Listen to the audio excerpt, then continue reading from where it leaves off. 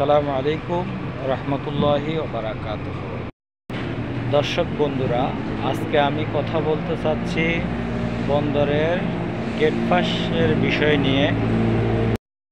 আমরা সকলেই জানি বর্তমানে ডিজিটালভাবে গেট পাস কাটা হয়।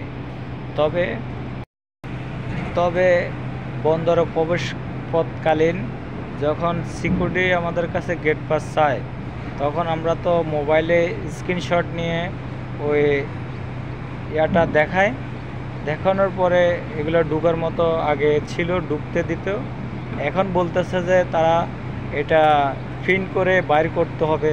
তো প্রিন্ট করে যদি বাইর করতে হয়, তাহলে তো আমরা ডিজিটালভাবে গেট পাসটা মোবাইলের মাধ্যমে কাটে, আমাদের তো কোনো বাইর করার মতো কোনো ওয়ে নাই,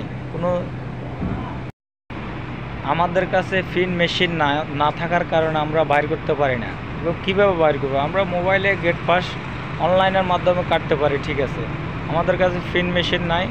তাহলে এ বিষয়ে তারা বলে যে প্রিন্ট করে বাইর করে দেখাতে হবে, তাহলে তো আমরা দেখানোর মতো কোনো সুযোগ থাকে না আমাদের কাছে।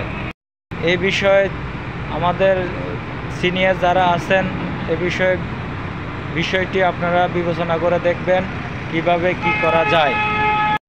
আমার কথাগুলো কেউ অন্য মাইন্ডে নেবেন না, জাস্ট আমি পরামর্শের জন্য কথাগুলো বললাম। এই বলে আমি বিদায় নিলাম। আসসালামু আলাইকুম রহমতুল্লাহি ওয়া বারাকাতুহু।